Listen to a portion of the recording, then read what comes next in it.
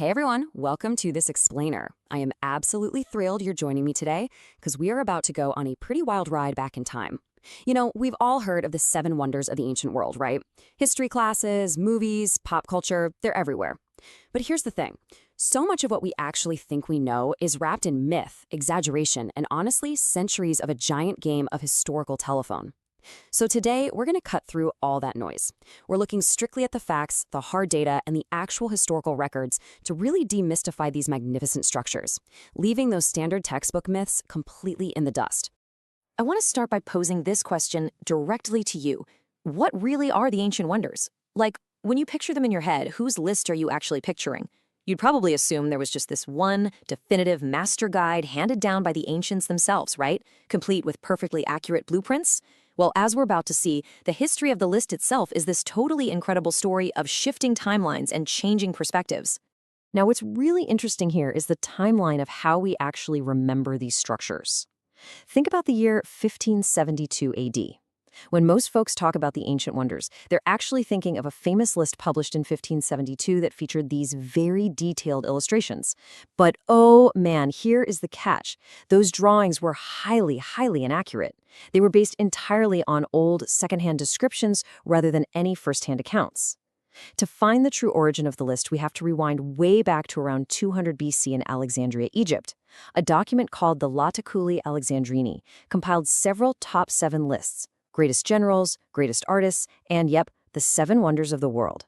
And of course, way back in 2600 BC, the oldest wonder of them all was already just sitting there, standing tall. Okay, we've got a lot of ground to cover today, so let's dive into this. First up, the sole survivor. Number 2, the missing garden mystery. Third, tragic masterpieces of marble. And finally, the fallen Colossus. Section 1, the sole survivor, the Great Pyramid of Giza. Out of all the legendary structures we're looking at, this absolutely magnificent tomb, ordered by Pharaoh Khufu, is the only wonder still standing today. And to build it, it took roughly 2.3 million individual stone blocks. I mean, it is incredibly difficult to even wrap your head around that sheer volume of material. To pull a feat like this off, the Egyptians relied on a super dedicated workforce of around 25,000 workers. They were leveling the ground, dragging stones, and basically building a masterpiece with precision so tight, and I'm not kidding here, that even today, you literally cannot fit a single sheet of paper between some of the inner stones. And then, of course, there's the height, nearly 147 meters.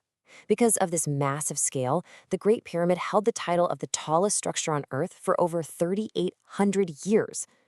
Just think about that for a second. From its completion around 2600 BC, it wasn't surpassed in height until the Lincoln Cathedral was finished in England, and that wasn't until the year 1311.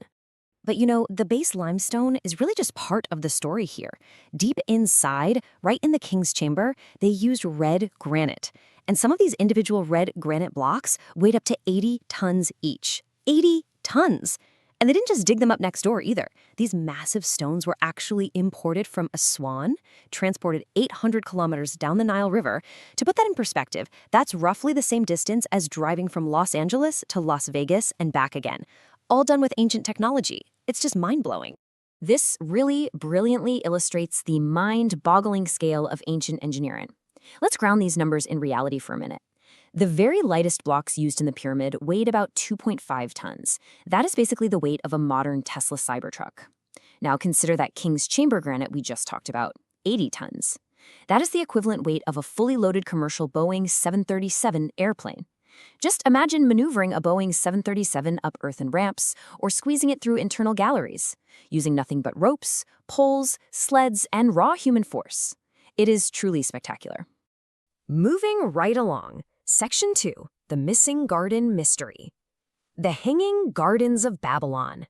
Now, unlike the extremely tangible Great Pyramid, this magnificent terrace structure is completely shrouded in mystery. So much so, actually, that experts heavily dispute whether it even existed at all. And if it did exist, well, where was it? History basically gives us 2 competing theories here. Theory 1 places the gardens squarely in Babylon, built around 600 BC by King Nebuchadnezzar II. The story goes that he built the whole thing as a gift for his homesick wife, Amytis, trying to replicate the lush, green, mountainous landscape of her homeland. It's a great story, but no ruins have ever been found in Babylon to prove this, and historians who visited the city back then never even mentioned it. Then there's Theory 2, which offers a totally different location, the older, way more advanced city of Nineveh. Over there, Assyrian king Sennacherib built these vast gardens supported by an incredible 50-kilometer stone aqueduct system. So a lot of experts actually believe Nineveh was the true location, and that ancient writers simply fumbled the geography. But hey, here is where we really get to play detective, because there's a glaring technological anomaly in these historical accounts.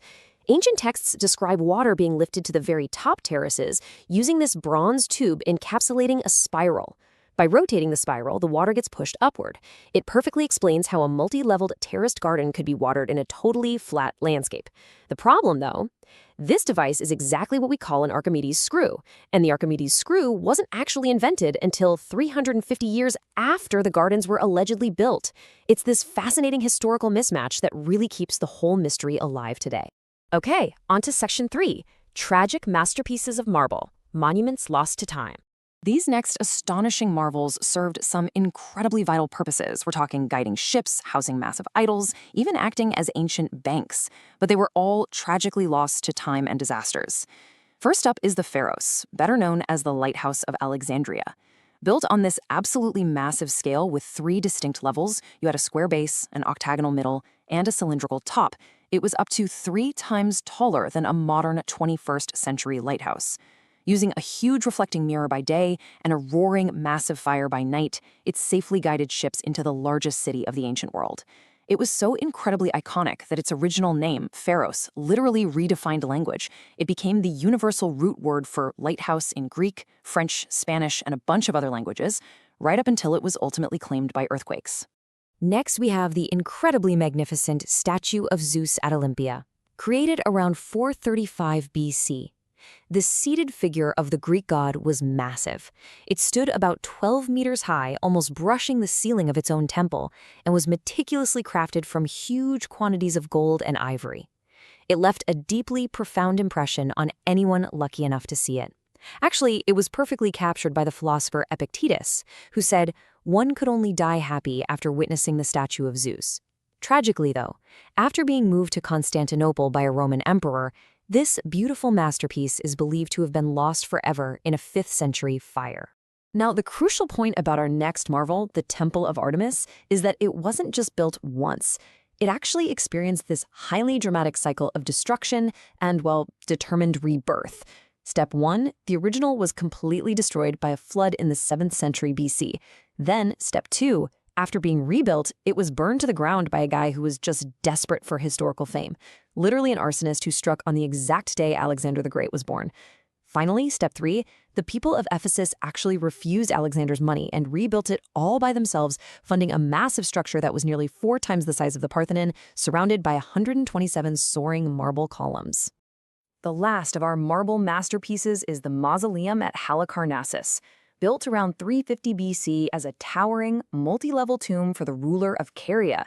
It was an absolute visual feast, guarded by these fierce stone lions, covered in hundreds of sculptures, and topped with this totally unique pyramid-shaped roof featuring a massive 4-horse chariot. I mean, it was completely unlike any Greek temple.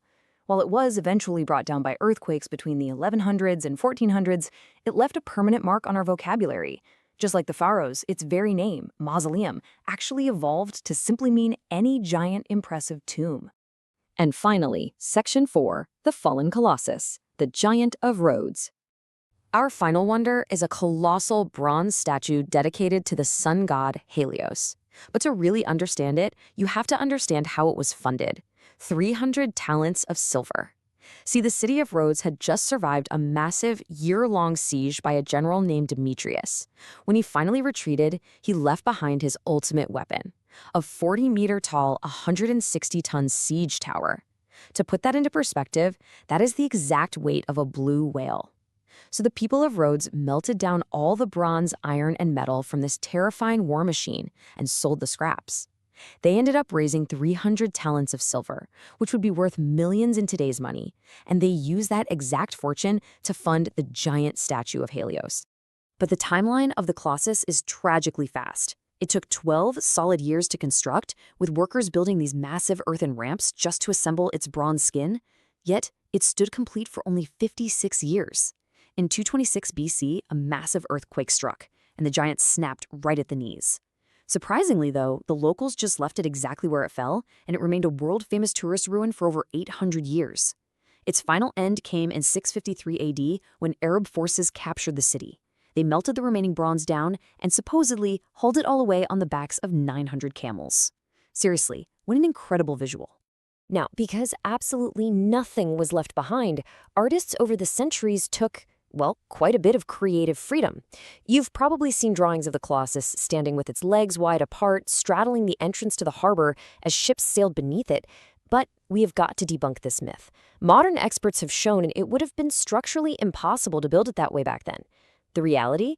The massive statue stood securely beside the harbor. It was just so incredibly large that awestruck sailors described it as if they were sailing right underneath the sun god himself. And that brings us to the end of our journey today.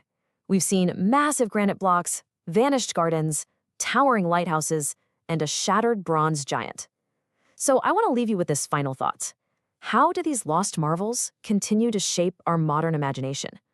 Because even though 6 out of these 7 ancient wonders are long gone, they still echo in our language, they inspire our engineering, and they really push the boundaries of what we believe human beings can achieve. Thank you so much for joining me on this explainer. And remember, keep questioning the history around